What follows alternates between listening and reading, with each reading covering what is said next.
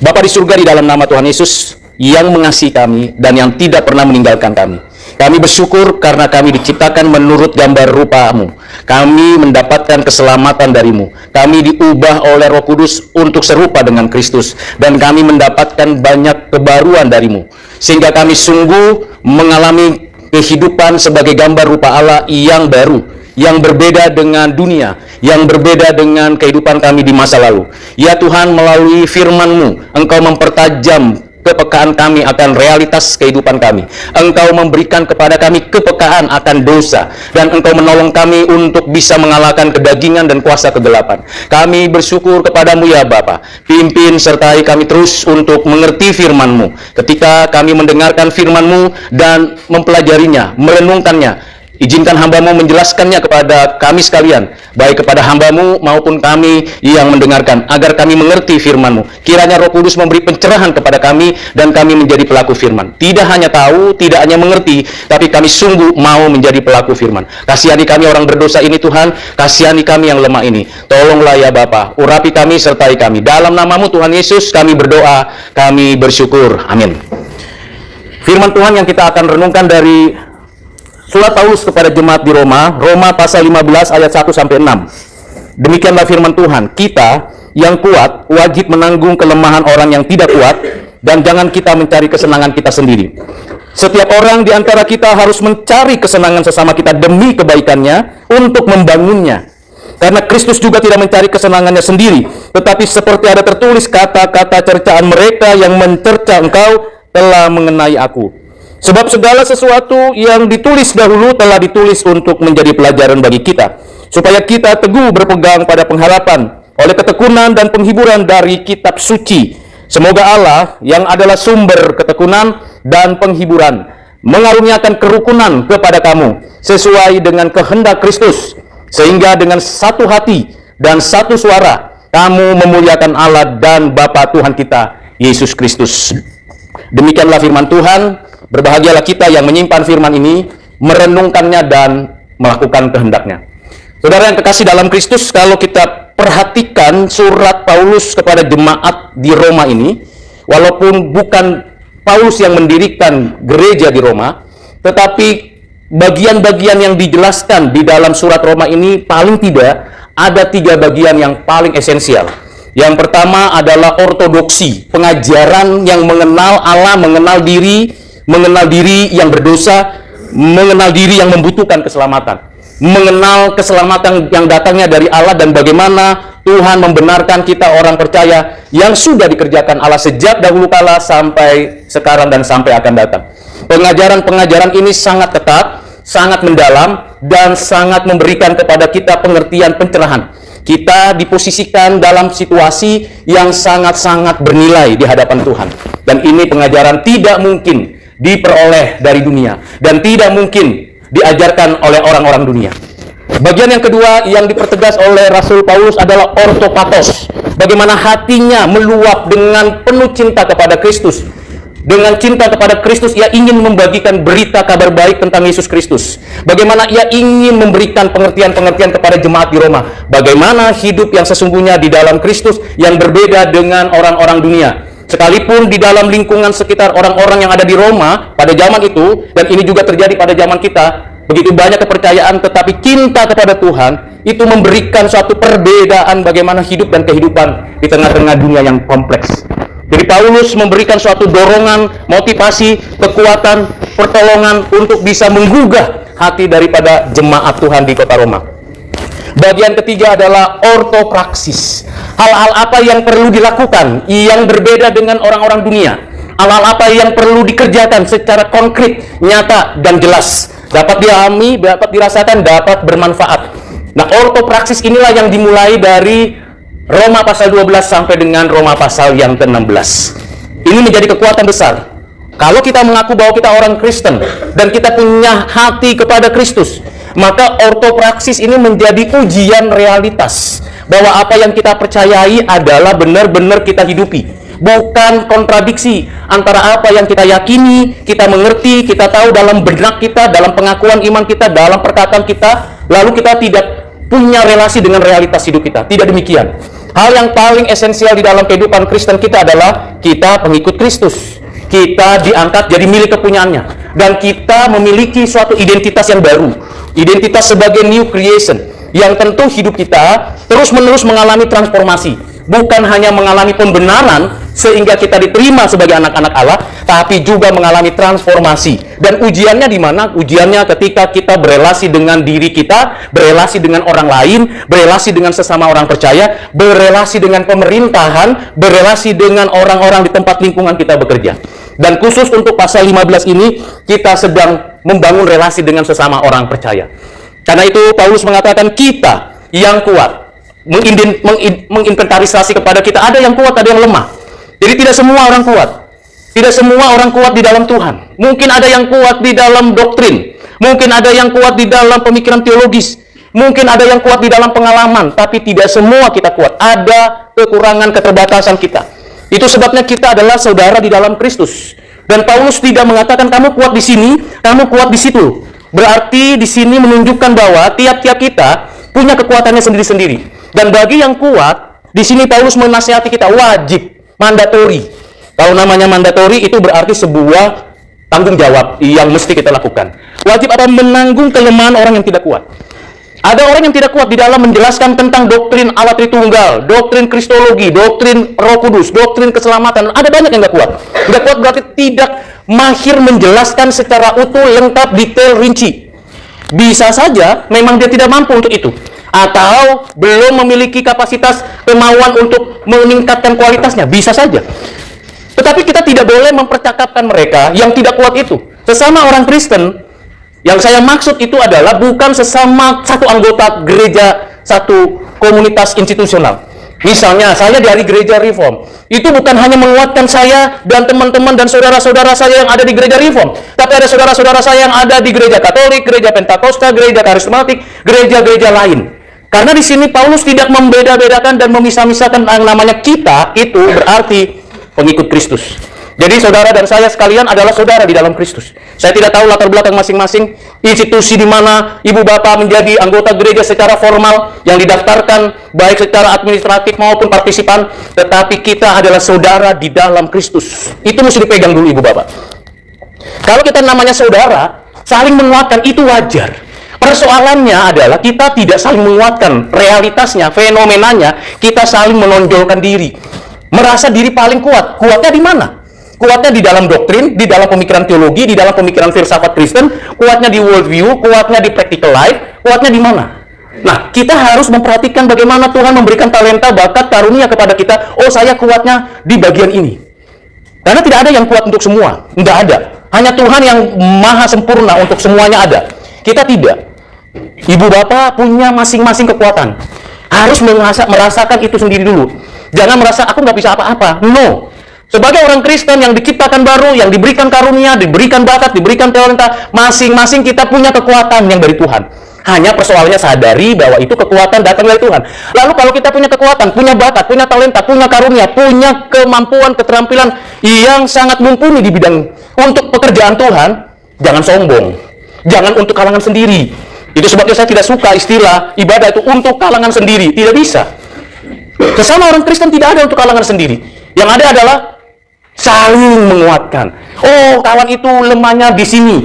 Saya ada di situ, bisa memberikan dukungan, support. Tapi bukan menghina, bukan melecehkan, bukan merendahkan. Tapi bergandengan tangan, ayo aku bisa berbagi untuk apa yang belum kamu kuat. Please, kamu juga berbagi untuk saya yang lemah di sini. Nah, itu namanya orang-orang Kristen. Tidak egois, tidak antroposentris, tidak diri sebagai pusatnya. Jadi, ibu bapak saudara yang kasih dalam Kristus, Rasul Paulus ini sangat realistis menghadapi kehidupan gereja. Dan ini sangat penting dalam konteks sekarang. Kalau kita lihat di media sosial, kita perhatikan komentar-komentar netizen sangat menyedihkan kadang-kadang. Menstigma orang tertentu, institusi tertentu, kelompok tertentu, padahal sama-sama saudara dalam Kristus. Menyedihkan sebenarnya. Dan itu Tuhan tidak mau. Dalam pengakuan iman kita, kita tahu bahwa kita itu adalah tubuh Kristus. Nah, kalau tubuh, berarti tidak ada yang lebih penting daripada yang lain selain Kristus. Saya tangan, Bapak Ibu mungkin kaki. Bergandengan tangan. Bersama-sama mengerjakan tugas tanggung jawab yang Tuhan berikan. Di sini Rasul Paulus dengan konkret mengatakan, kamu yang kuat menanggung kelemahan orang yang tidak kuat, dan jangan mencari kesenangan sendiri. Jangan egois. Saya tahu, saya sadar di mana panggilan Tuhan bagi saya. Lalu saya berbagi di situ. Sayang sekali banyak orang yang tidak mau seperti itu karena merasa minder pertama. Itu bukan bagian saya. Oh tidak. Semua seharusnya bisa dikerjakan bersama. Maka together is better. Together is better. Sendirian itu bukan apa-apa. Bahkan dari semula Tuhan mengatakan kepada Adam, tidak baik seorang diri. Itu kan sebuah insight di dalam kehidupan kemanusiaan. Tidak baik seorang diri. Dan kehidupan kita bukan kehidupan yang sendirian. Dan jangan tampil seperti seorang Superman. Paulus punya teman pelayanan.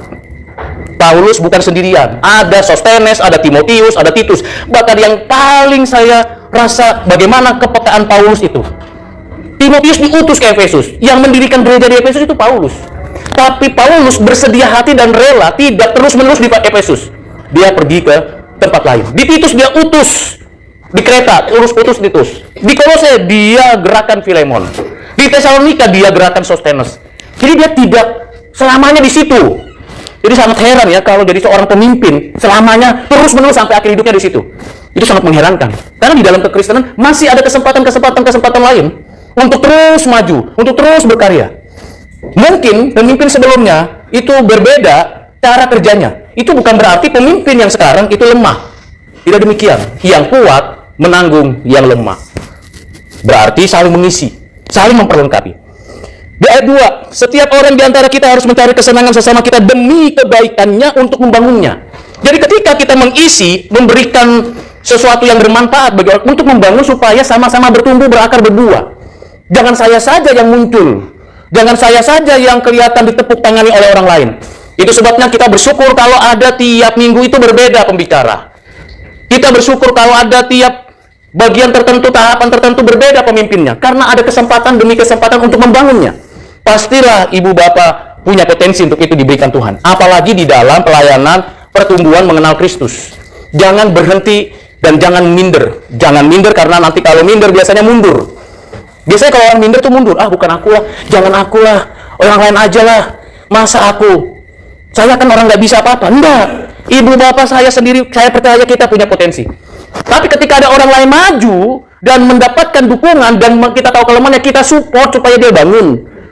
Jadi Paulus ini menjelaskannya kepada jemaat di Roma. Karena bisa jadi jemaat di Roma punya pola konsep seperti di Korintus terjadi. Aku golongan Apolos, aku golongan Petrus, aku golongan Paulus, aku golongan Kristus. Jadi kita beda-beda level. Tidak demikian. Kalaupun engkau dan saya punya bagian-bagian yang lebih spesial, lebih tinggi, punya kekuatan-kekuatan di bidang masing-masing, tetapi kita harus saling membangun. Saling memberikan firman, saling memberikan contoh, saling memberikan dukungan, dan saling memberikan nasihat. Kita masing-masing. Kadang-kadang kita khawatir. Kalau misalnya pendeta kita atau romo kita ada kekurangan, ada keterbatasan, kita nggak perlu gosipin dulu. Nggak perlu cerita-cerita dulu kepada jemaat lain. Nggak perlu kita kata-katain dulu di belakang layar. Tidak. Datangi dia, ngobrol sama dia, dan beritahu sama dia. Doakan terlebih dahulu, sehingga saling membangun di situ. Kalau kita melihat cara kerja yang demikian, maka akan terciptalah komunitas Kristen yang menghasilkan buah. Tiap-tiap orang sesuai dengan apa yang Tuhan karuniakan untuk pelayanan kita. Itu di gereja. Bagaimana dengan di rumah? Begitu juga di rumah. Ada anak pertama, anak kedua, anak ketiga. Mari kita beri kesempatan di bidangnya masing-masing. Bagaimana di dalam dunia pekerjaan kita? Kita pun berikan seperti itu. Kita tidak sungkan-sungkan memberi masukan, memberikan usulan, tetapi juga harus penuh dengan hikmat. Jangan sembrono, jangan gegabah. Kadang-kadang karena emosi, karena kita ingin cepat, terus kita gegabah mengungkapkan sesuatu pendapat dan usulan kita. Terlebih dahulu, perlahan, doakan, perlahan, perhatikan momennya, lalu berikan pengertian. Nah, itu saling membangun. Jangan mencari, aku biarin aja untuk kesenanganku sendiri aja. Yang penting aku happy, yang lain bodoh amat. Itu bukan orang Kristen. Mentalitas orang Kristen adalah mentalitas membangun orang lain. Itu penting. Itu sebabnya Paulus mengatakan, jangan cari kesenangan sendiri. Ayat 3 menjadi kunci penting. Karena Kristus juga tidak mencari kesenangannya sendiri. Tetapi seperti ada tertulis kata-kata ceritaan mereka yang mencela engkau telah mengenai aku. Kristus tidak mencari kepentingannya sendiri. Kristus selalu memperhatikan fokusnya orang. Fokusnya yang lain. Dia tidak bilang, aku capek banget loh, bener loh, pelayanan, mengajar, mengunjungi orang, mengadakan mujizat, aku lelah, sorry ya, aku capek, aku istirahat dulu. Enggak loh. Dia terus perhatikan orang, ini butuhnya apa, ini butuhnya apa, ini butuhnya apa. Diri nggak terlalu penting. Itu cara kerjanya orang Kristen. Susah ibu bapak, susah. Contoh seperti Kristus nggak mudah. Maka Paulus memberikan satu intisari, Kristus sendiri melakukan itu. Dia perhatikan, sampai dia perhatikan dia bangkit dari kematian, dan dia lihat Petrus nggak ada di kalangan itu. Petrus balik ke Galilea, dia kunjungi Petrus, dia perhatikan Petrus. Thomas nggak hadir pada hari di mana Tuhan pertama kali menyatakan diri setelah kebangkitan. Dia datang lagi memberitahu, nggak ada kepentingan dirinya. Dan dengan demikian kita bisa contoh, bukan saya, tapi orang itu perlu dibangun. Bukan kepentingan saya, tapi orang itu perlu diberikan kesempatan. Itu orang Kristen baru. Itu orang percaya. Entah dia kelompoknya dari kelompok manapun, beri kesempatan untuk dia mengembangkan karir, mengembangkan potensi, mengembangkan karunia. Sayangnya banyak orang Kristen yang arogan. Kalau bukan aku, nggak mungkinlah bisa jalan bisnis ini. Kalau bukan aku, nggak mungkinlah gereja ini bertumbuh. Kalau bukan aku, nggak mungkinlah pelayanan ini bisa maju. Memangnya milikmu? Tidak, itu milik Tuhan. Bagi Tuhan sebentar saja, sudah cukup Rudi di sini, kamu terlalu banyak, terlalu arogan, terlalu merasa itu milikmu. Cukup di sini dunia, umurmu cukup segini, meninggal. Mau apa? Nggak ada kelanjutan lagi pelayanan. Hati-hati. Ibu bapak, ini peringatan yang keras tapi realistis. Realistis. Kita bisa lihat di negara kita, keberlanjutan kepemimpinan di negara kita itu tidak lagi benar, tepat, dan jelas. Chaos, kesulitan di mana-mana, tingkat pengangguran itu makin naik. Kesulitan mengambil dan memanfaatkan sumber daya alam itu sangat sukar.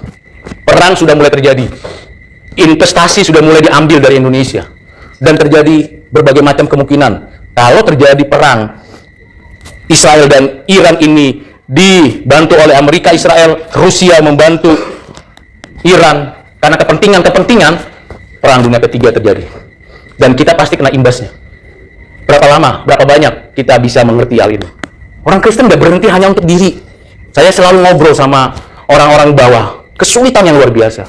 Kesulitan mendidik anak, kesulitan di dalam mendapatkan nafkah, kesulitan untuk keluar dari pergumulan hidup. Lalu apa yang dikerjakan? Belajar dari Kristus, membantu, menolong. Lemah di bidang ekonomi, kita tahu teman kita sulit.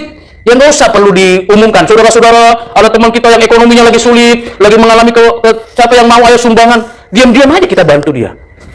Nggak usah diumumkan. Kalau kita punya kepekaan, kita akan tahu. Itu sebabnya saudara yang kasih dalam Kristus, Kristus juga tidak mencari kesenangannya sendiri. Kalau kita punya uang lebih, kita punya rezeki yang cukup, orang itu perlu dibantu.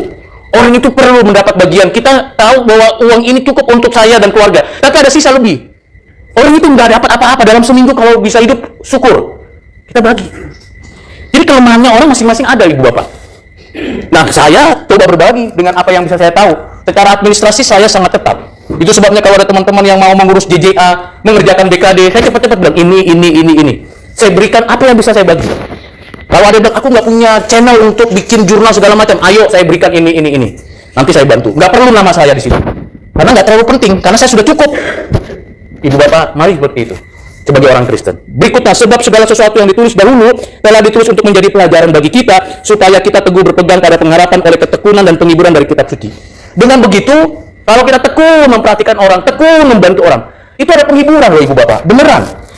Saya itu dihibur banyak ketika saya mengalami sangat kesulitan sedang studi S3. Sangat kesulitan. Tetapi orang-orang yang dekat malah menjauh, orang yang jauh malah mendekat.